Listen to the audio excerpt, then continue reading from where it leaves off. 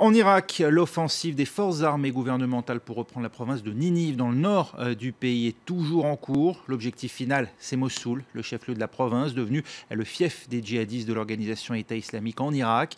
Des combats violents ont eu lieu ces derniers jours, poussant de plus en plus d'Irakiens sur les routes de l'exode. Les précisions de Florent Rodeau. Reprendre Mossoul, voilà l'objectif des forces armées irakiennes. Avant de pouvoir atteindre le chef-lieu de la province de Ninive, les forces loyalistes doivent d'abord sécuriser les villages alentours. C'est ce qu'elles font depuis jeudi dernier, point de départ de cette vaste opération anti-djihadiste.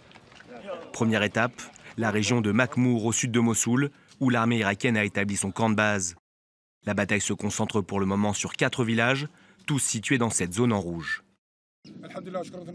Grâce à Dieu, nous sommes désormais dans le village de Kodilé, après l'avoir libéré des terroristes du groupe État islamique.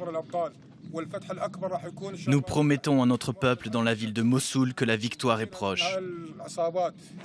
Situé à 360 km au nord-ouest de Bagdad, Mossoul est tombé aux mains du groupe État islamique en juin 2014, qui en a fait son principal bastion en Irak. Ces derniers jours, les forces gouvernementales ont infligé plusieurs revers aux djihadistes, mais elles sont encore loin d'avoir sécurisé la région.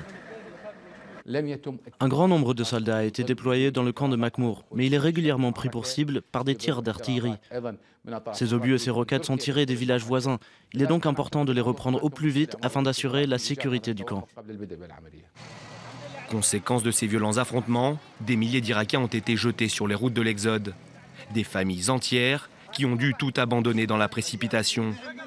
Se pose désormais le problème de leur hébergement, car en l'état, aucun camp ne peut les accueillir. Un responsable local a donc exhorté le gouvernement à faire le nécessaire pour fournir des conditions de vie décentes à ces déplacés.